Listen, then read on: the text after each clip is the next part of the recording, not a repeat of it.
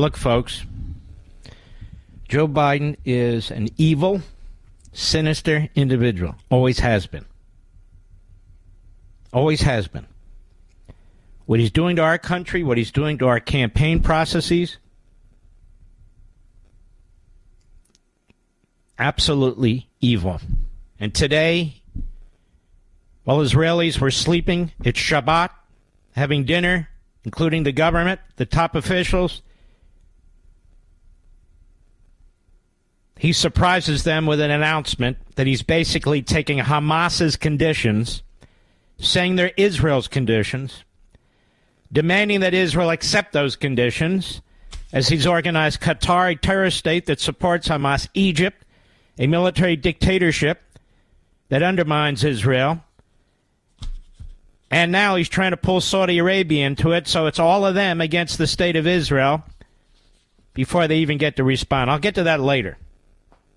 I have a question for you. What is the problem? What the hell is the problem? I mean, I'm sitting here really appalled. I am appalled at lawyers who go on TV, who write articles, who go on radio, and say over and over and over and over again that what has happened here in this case is destroying our legal system, is destroying our political system, and some have said that I'm afraid we reached a point of no return. I agree with that. And then when you ask them what can be done about it, they essentially say nothing. You can appeal within the New York system, and the case will be overturned, but not in time. Not in time for the election.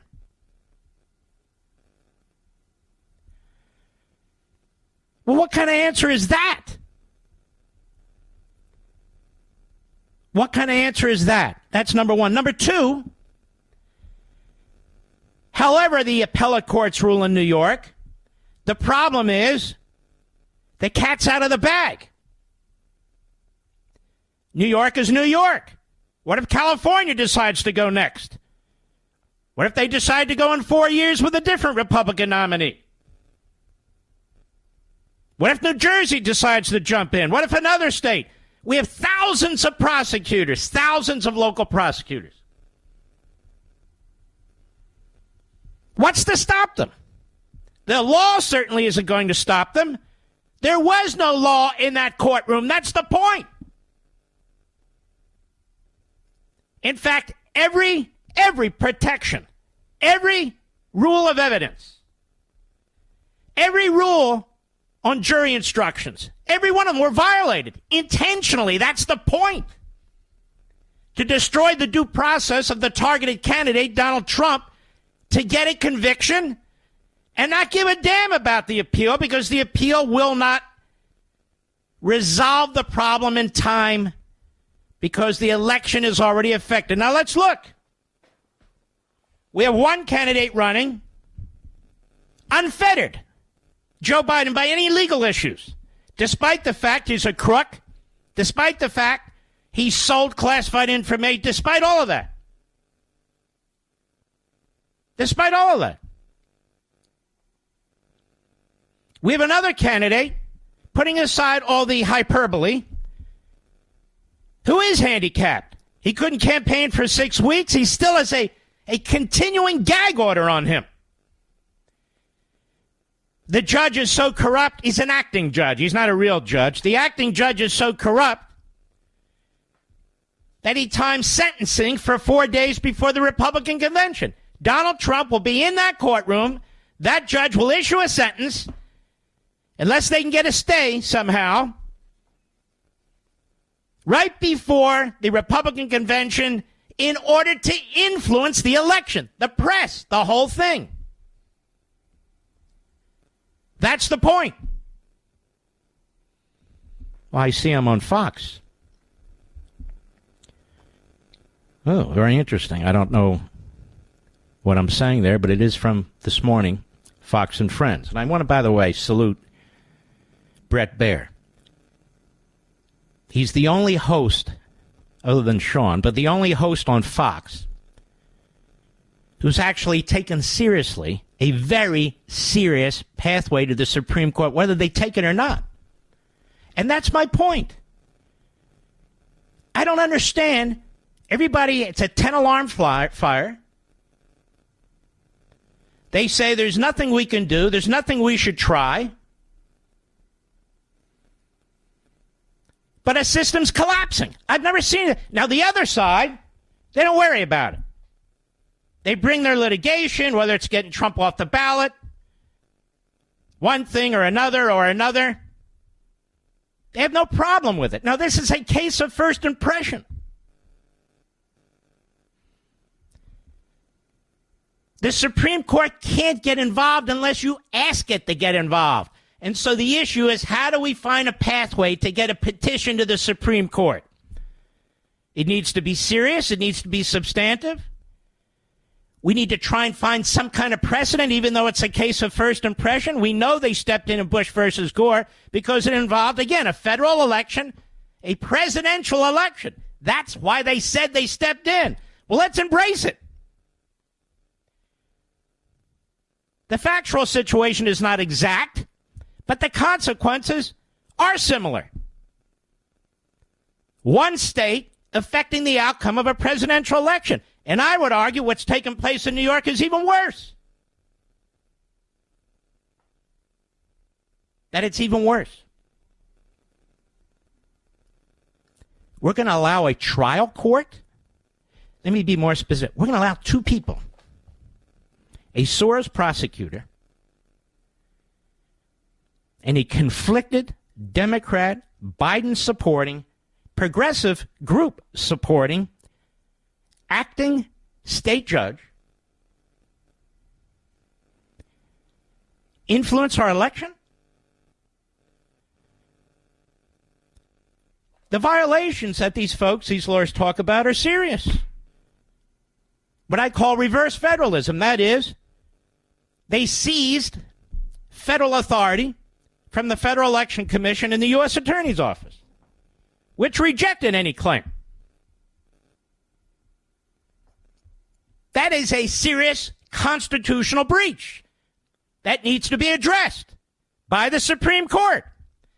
They violated every concept of due process. Due process is a right you have in state court, even through the federal Constitution, through the 14th Amendment. And they violated due process over and over and over and over again in every way imaginable, with collateral evidence, the ridiculous jury instructions, the hiding of the ball on the predicate crime, on and on and on. I don't want to bore you. For the purpose of interfering with the election. This is the only human being on the face of the earth, in the United States anyway, who's ever faced a trial like this. There's not another. The timing is clear. Our lawyers are even saying, okay, well, the timing's horrific. It was timed because of a presidential election, but there's nothing we can do. They're wrong. It doesn't mean we win, but there is something we can try. That's my damn point. They've never done it before. In fact, before I spoke of it, they never heard of it before. And so the fact that they're unfamiliar with it, they dismiss it. That's not how the radical left-wing lawyers conduct themselves. They're looking for ways into court. They're looking for ways to advance their agenda. I have dealt with these people before. They have not. They've dealt with criminals. They've dealt with white-collar crime. They've dealt with embezzlement. Fine. But we're out of the purely criminal realm. This is not about, seriously, it's never been about a criminal case. This is what they don't comprehend. This is a political battle. This is a battle over the Constitution that has been, quote unquote, legalized. It's never been about crimes. That's why they never said what friggin' crime they're talking about at the federal level. It's like we have two different tracks here. Our lawyers are on one track and their lawyers are on another. We're following our track, but they're already racehorses. They're gone. They hit the finish line. And we're sitting here thinking, well, we got to have the appellate process. Well, what are you talking about? Now, yes, the president's lawyers should follow the state appellate process, and they should move it along as fast as possible. I am not familiar with that practice. I am not a New York attorney. I'm a Philadelphia lawyer. I'm a Virginia lawyer. But so what? This isn't brain surgery. You follow the appellate process in New York. You try and expedite it as fast as you can. You seek a stay where you need to try and seek a stay. That's all rudimentary. Rudimentary. And that appears to be all these people know. But there's another track. And it's a track we have to try because this is bigger than New York. This is bigger. We have two people who are sabotaging the election process. They talk about the jury. Look what jury? That case should have been dismissed. If it wasn't dismissed by the time the judge saw it, it should have been dismissed on summary judgment.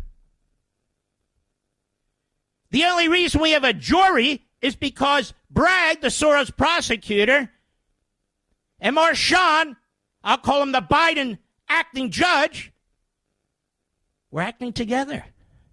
Oh, they didn't have a contract. There wasn't a secret meeting. They don't need one.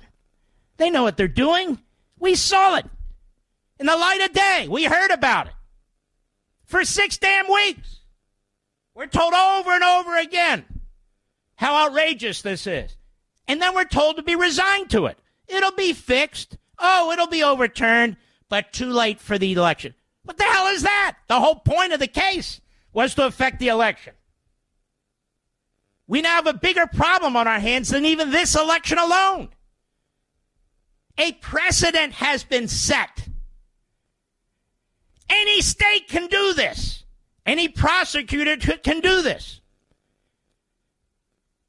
So the court is the only body left, the high court, that can do something about this. And we're not going to ask it? Because people are unfamiliar with common law writs. They're used very rarely, extraordinary circumstances. That's exactly what this is. This is a first impression case. They said, this is historic. A president's never been indicted, let alone convicted. Exactly.